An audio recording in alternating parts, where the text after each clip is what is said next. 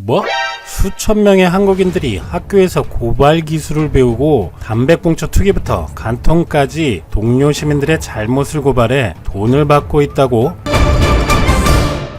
대한제국을 일본의 식민지로 인정한 가스라 테프트 밀약 51등인 1905년 미국 루스벨트 대통령에 따라 앨리스가 대한제국에 방문했을 때 고종은 미국의 공주가 도우려왔다며 극진히 대접했습니다. 그런 고종의 기대와 달리 그녀는 조선의 굴욕적인 일화의 기록을 남겨주는데요. 바로 명성황후 등의 조형물인 성마를 타고 승마바지에 말채찍을 들고 기념사진까지 찍은 것입니다.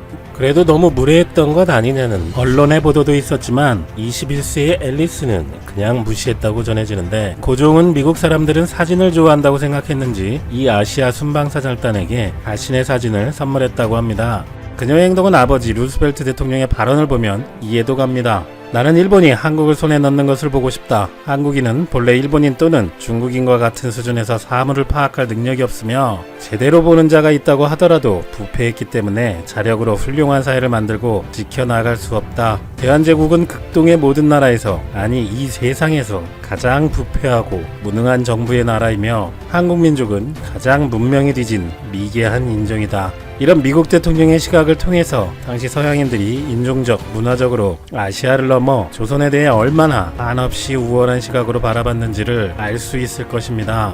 당시는 우리 역사에서도 가장 찌질한 시기였습니다만 문화상대주의라는 의식은 1도 없는 서구의 우월의식만이 보이는 것 같기도 합니다. 하지만 각고의 노력으로 한국은 기적처럼 성장했고 여러 산업과 기술에서 오히려 서구 선진국들을 능가하는 분야도 많아졌습니다. 현대는 경제나 기술 분야의 척도는 거의 숫자로 표현하고 있으니 최소한 산업, 기술 부분에서는 얼토당토 않는 업신여김이나 근거 없는 우월의식을 가지지는 못할 것입니다. 하지만 아직도 수치로 측정할 수는 없겠지만 여전히 문화와 민주주의 같은 가치만큼은 너희는 미개하다고 믿고 싶은 서구의 인식도 있는 것은 사실입니다. 그것을 단적으로 보여주는 관점이 최근 프랑스의 유명 변호사의 기고 중 한국에 대한 내용일 것입니다. 프랑스 대표 경제지 레제코에서 유명 조세 전문 변호사인 비르지니 프라델은 프랑스 정부가 스마트폰 확진자 추적 시스템을 구축하려는 움직임은 개인의 자유를 중시해온 프랑스의 자랑스러운 전통에 부합하지 않는다며 한국의 예를 듭니다. 한국과 대만 두 국가는 개인의 자유라는 측면에서 모범적인 모델이 아니다라고 하며 특히 한국을 비판하는데, 중국은 디지털 감시와 시민어각 기술 개발했고 한국도 이를 따라하고 있다. 수천 명의 한국인들은 학교에서 고발 기술을 배우고 담배꽁초 투기부터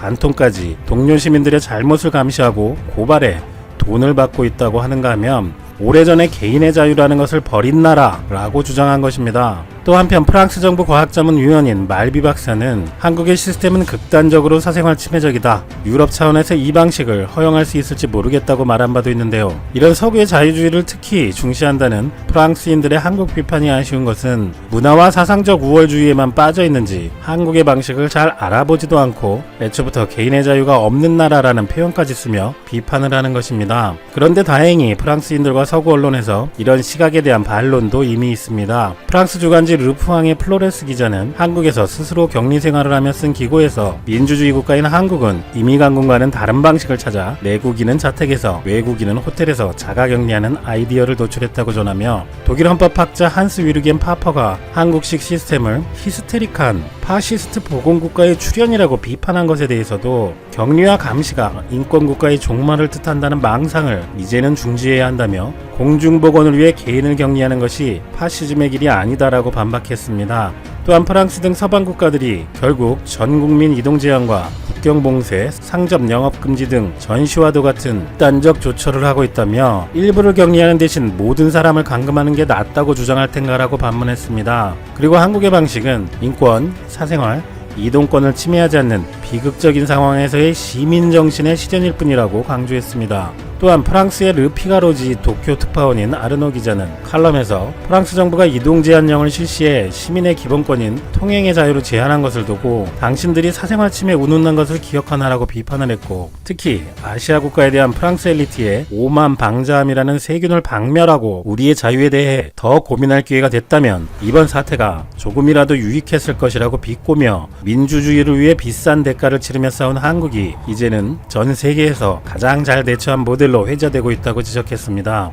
또한 프랑스가 지난달 지방선거 결선 투표를 전격 취소한 것을 빗대어 지금 한국인들은 오는 15일 국회의원 선거를 준비 중이다. 프랑스들이여 당신들은 취소된 그 선거를 기억하는가라고 뼈를 때립니다. 이처럼 한국의 선거에 대한 관심도 많이 있는데 영국 파이낸셜 타임스 역시 14일 선거를 치르기로 한 한국 정부의 결정은 아시아의 민주주의 등불로서 한국의 위상을 부각시키고 있다며 태국, 캄보디아, 필리핀 등의 예를 들어 권력 장악을 위해 위기를 이용하는 다른 아시아 국가들과 대조적이라고 평가했습니다. 뉴욕타임스도 철저한 방역하에 치러진 지난 주말 사전투표소 분위기를 전했으며 블룸버그 통신도 한국은 이 사태에서 총선을 치르는 첫 번째 주요국이고 이번 총선이 봉쇄령 없이 통제한 한국의 접근 방식에 세계가 찬사를 보내는 가운데 치러진다고 전한 바 있습니다. 그런데 프랑스는 수많은 사상자가 나온 이후에도 저런 스머프 축제를 진행했던 모습을 보면 참여한 사람뿐만 아니라 이 시국에 저런 행사를 기획한 사람, 그것을 제재하지도 않은 사람들은 과연 자유와 방종을 구별할 수 있는지 의문입니다. 외출 자제 공고에도 너무도 프랑스인들이 말을 안 들어먹으니 마크롱 대통령이 이동 금지령을 내렸었죠. 전 국민의 외출을 금지하고 나가고 싶으면 집 밖 외출 사유서를 작성하게 했었습니다. 여기에 당연히 그 소중한 개인정보와 나가야 되는 사유, 어디를 가는지 다 적어야 하며 거짓으로 작성하면 범죄가 될 뿐만 아니라 항상 이 종이를 휴대하고 다녀야 하고 경찰 검문에 적발을 낼 경우 18만원까지 벌금을 내야 합니다. 한국을 비난하는 그 프랑스인 변호사는 이런 상황에서 왜 프랑스 혁명을 일으키지 않는지 묻고 싶네요. 대통령의 이동제한령 전날 오히려 술집, 공원, 카페에 폭주한 프랑스인들은 자신들의 그런 성향은 자유주의를 대변한다고 생각하는 것인지 그런 무책임함 때문에 프랑스에는 생명을 잃은 1만 3천여 명이 있고 이동과 여행 전면 금지, 약국과 슈퍼마켓, 주유소 등을 제외한 모든 상점의 영업도 중단되어 국민들의 자유가 희생당하는 것은 도대체 무슨 상황인지 그러면서 어떤 봉쇄도 상점의 폐쇄도 이동에 제한도 없는 한국에게 자유가 없는 나라라고 한다는 것도 우스울 뿐입니다. 하지만 산업, IT 기술 같은 분야에서는 객관적인 지표가 있어 이제 한국을 인정하지 않을 수 없는 것과 같이 일부 아직 우월주의를 가진 서구인들이 있음에도 이번 사태를 계기로 한국의 민주주의와 자유주의를 훼손하지 않고 성공한 관리에 찬사를 보내고 인정하는 측이 더 많은 것은 분명합니다. 물질적인 부분뿐만 아니라 이런 문화, 정신적인 부분에서도 한국을 인정하는 계기가 되고 있다고 보입니다. 그 증거로 다행히 자유를 그렇게 사랑하는 프랑스에서도 제정신인 사람들은 있어서 10일 프랑스 측의 제안으로 개최된 한국 기재부와의 화상 세미나에 주한 프랑스 대사, 프랑스 현지 정치인, 관료, 언론, 기업인 등 400여 명이 온라인으로 참여했고 한국의 3T+P, 즉 진단, 추적, 치료, 시민 참여 방식과 의약품에 대한 지원을 요청했다고 하니 말이죠. 그리고 최근 한국의 신용부도 스와프 프리미엄은 5년 만에 프랑스보다 낮아졌습니다. 참고로 CDS는 크레딧 디폴트 스왑의 약자로 투자자 입장에서 채권의 부도 위험을 피할 수 있는 파생 금융 상품의 하나이고 여기에 프리미엄이라는 말을 붙인 CDS 프리미엄은 부도 위험을 제3자에게 넘기는 데 따른 수수료를 의미합니다. 예컨대 투자자가 일정한 CDS 프리미엄을 지불하고 CDS를 사면 관련 채권이 부도가 나더라도 투자 금액을 그대로 되돌려받을 수 있는 것이고 반대로 관련 채권이 부도가 안 나고 정상적이라면 CDS를 판매한 금융회사는 CDS 프리미엄을 수입으로 얻게 되는 것입니다. 당연히 이 숫자가 낮을수록 해당 채권의 부도가 날 위험은 적게 평가되는 것이죠. 보통 정부가 발행하는 5년물 국채의 프리미엄을 평가하는 것인데 이 숫자는 무수히 많은 원인에 따라 결정되는 것이겠지만 최근에는 최대 이슈인 현 사태를 해당 국가가 어떻게 관리하고 있는가도 중요한 변수로 자리 잡은 추세입니다. 자유주의 같은 비물질적인 것은 수치로 하기 애매하다고 말씀드렸습니다만 시사멘터리는 지금 이 순간만큼은 한국의 민주적이고 투명하고 효과적 방식이 프랑스를 비롯한 선진국들보다 높이 평가받고 있는 것이라 생각됩니다. 또한 말도 많았던 한국 키트의 미국 수출이 14일 실행됩니다. 외교부는 미국 FDA의 사전 승인을 받아 수출 계약이 끝난 3개사 중 2개사 제품을 미국으로 보낼 예정이고 1개사 제품은 유통업체를 통해 별도로 나간다고 밝혔습니다. 진단키트는 미국 연방재난관리청으로 조달되며 이번 물량은 메릴랜드 주정부로 향할 예정이라고 합니다. 구체적 물량은 한미 양국이 상호 공개하지 않기로 했다고 하는데 로이터 통신은 60만 회 분량이라고 보도했습니다. 이에 앞서 도널드 트럼프 미국 대통령은 문 대통령과 통화 시 한국산 진단키트 지원을 요청했고 이에 따라 국내 3개 업체 제품이 FDA의 사전 승인을 획득했고 미국 수출이 실행된 것입니다. 시어도어 루스벨트 대통령은 친척 동생이자 조카 사위인 프랭클린 루스벨트 대통령이 본인이 그렇게 좋아했던 일본과 전쟁을 할지도 몰랐겠지만 요즘 돌아가는 상황을 보면 꽤 놀랄 것 같습니다.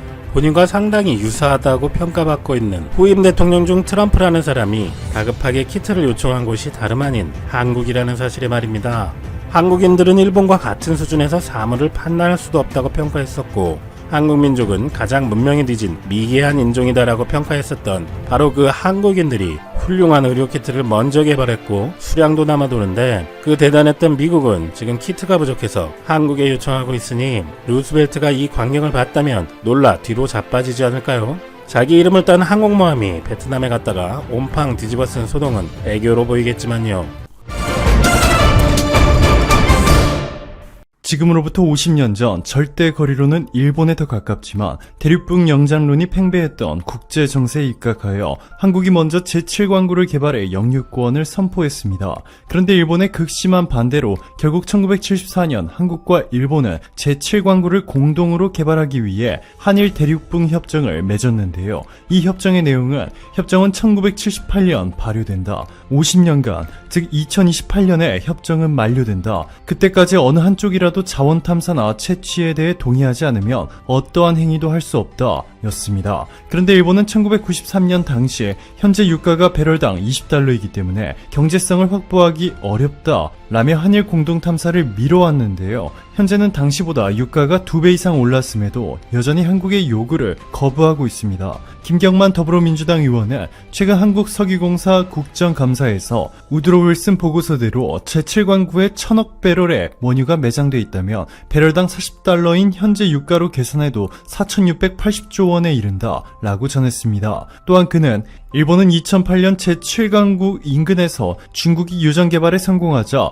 중일 공동 개발에 합의하는 등 이중적인 태도를 보이고 있다. 이 같은 일본의 방해는 2028년 한일 대륙붕 공동 개발 협정 종료 시까지 기다렸다가 배타적 경제 수역을 내세워 제7광구의 영유권을 주장해 독식하겠다는 저의를 드러낸 것이다 밝혔습니다. 한국이 제7광구의 영유권을 가지고 있다고 선포했을 당시 미국 우드로 윌슨 연구소의 분석에 따르면 제7광구가 위치한 대륙붕 전체에 매장된 천연가스 매장 추정량은 최대 210조 입방피트였습니다. 세계 최대 산유국인 사우디보다 10배 정도 많은 규모인데요. 원유도 미국 전체 매장량의 4배를 훨씬 웃도는 1000억 배럴에 달하는 것으로 추정했습니다.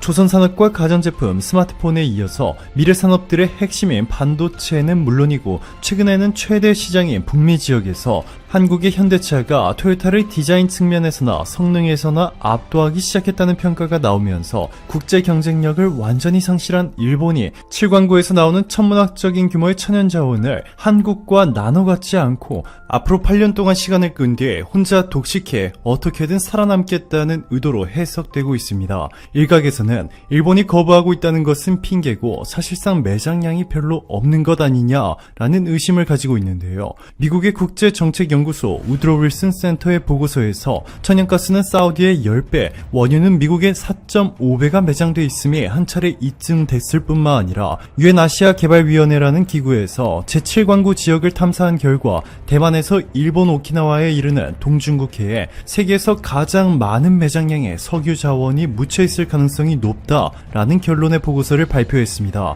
게다가 실제로 1980년 한일 양국이 탐사와 시추를 마쳤고 시험적으로 7개 시추공을 뚫은 결과 3개 시추공에서 석유와 가스가 발견됐습니다. 한국과 일본이 산유국이 되어 국민 모두가 부자가 될 수 있는 기회가 찾아왔다는 기대감에 한국에서는 제7광구가 검은 진주라는 노랫말에 국민가요까지 나왔습니다. 자, 그런데 이러한 한국 국민들의 기대를 완전히 짓눌러버린 일본의 한국의 엄청난 반격이 시작됐습니다. KBS의 보도에 따르면 올해 산업통상자원부는 한국석유공사를 개발사업자로 지정하고 일본 외무성의 통보 절차를 밟은 것으로 확인됐습니다. 지난 수십 년 동안은 절대적으로 일본의 동의만 기다렸는데 이제는 가만히 기다리고만 있지 않겠다는 것입니다. 한국 정부가 제7광구를 개발하겠다고 전격 선언한 것인데요. KBS는 과거 전례로 봤을 때 일본이 동의할 가능성은 높지 않다. 일본이 거절할 경우를 감안하고서라도 한국 정부가 전략을 세우고 있을 것이다 보도했습니다. 물론 한국 정부가 일본에 말로만 선포한 것은 아닙니다. 내년부터 한국형 경량 항공모함 건조 사업이 본격적으로 추진됩니다. 지난 8월 국방부는 2021-2025 국방 중기 계획을 발표했는데요. 보시면 내년부터 3,000톤급 잠수함과 무장 탑재 능력과 자막 능력이 향상된 3,600톤급, 4,000톤급 잠수함 건조를 추진하고 초계 범위가 1.5배 이상 넓어지고 24시간 초계가 가능한 해상 초계기를 배치할 예정입니다. 뿐만 아니라 입체 고속 상륙작전 능력 보강을 위해 상륙 기동 헬기와 고속 상륙정을 도입하고 국내 개발 중인 KF-X 보람의 한국형 전투기를 양산해 공군 전력을 대폭 강화할 예정입니다. 전문가들은 이 항공모함과 한국의 공군 전력이 제주도 서귀포시 마라도로부터 남서쪽으로 149km 거리에 있는 한국 최남단 2호도에 배치할 가능성이 높다고 말하고 있습니다. 칠광구와 매우 밀접한 지역이기 때문에 일본 입장에서는 매우 민감하게 반응하고 있는데요. 실제로 일본은 최근까지도 이 지역에서 한국 해군을 도발해왔습니다. 지난 2019년 1월 23일 오후 2시 3분부터 오후 2시 38분까지 약 36분 동안 2호도 서남방 131km 수역에서 일본 해상자위대 소속 대잠 초계기 한 대가 대한민국 해군 소속 함정인 대조영함에 대해 거리 540m, 고도 60에서 70m로 저공 근접 비행을 실시하며 위협을 가했는데요. 이러한 일본의 도발은 처음이 아니었습니다. 2018년 12월 20일 1차 도발을 시작으로 2019년 1월 18일 2차 도발을 감해 2019년 1월 22일 3차 도발에 이어서 2019년 1월 23일 2호도에서 4차 도발을 감행한 일본. 당시 한국의 대조영함은 일본에 20차례나 경고통신을 보냈지만 일본 초계기는 이를 완전히 무시했습니다. 대한민국 합동참모본부 작전본부장 서욱 당시 육군 중장은 긴급 브리핑을 통해 일본 초계기가 2호도 근처에서 임무를 수행하고 있는 우리 해군 함정에 대해 근접 비행한 것을 명백한 도발 행위로 간주한다.